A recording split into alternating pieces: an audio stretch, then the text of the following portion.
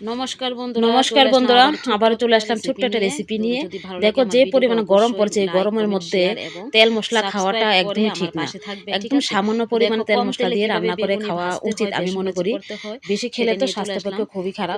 তো দেখো আমি কিন্তু আজকে হাজবেন্ড আমাকে বলেছে যে বেগুনি ভাজার জন্য, তাই আমি বললাম যে এত গরমের মধ্যে এত বেশি তেল দিয়ে কিভাবে ভাজবো, কম তেলে ভেজে খাওয়াবো আজকে।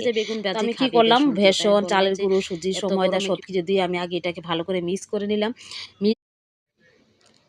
ভালো করে ভেজে নিচ্ছি। দেখো একদমই অল্প পরিমাণে তেল দিলাম, তেল দিয়ে তারপর এটাকে ভেজে নিচ্ছি।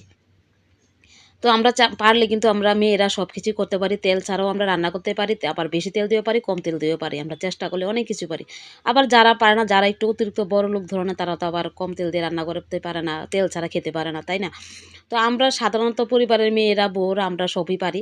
তো দেখো আমার ভাজাগুলো কিন্তু হয়ে গেল, একদম লাল লাল করে দেখো হয়ে গেছে কিন্তু কম তেলে, দেখতে পারছো। তো তোমরা বাড়িতে অবশ্যই ট্রাই করো, তোমরাও পারবে।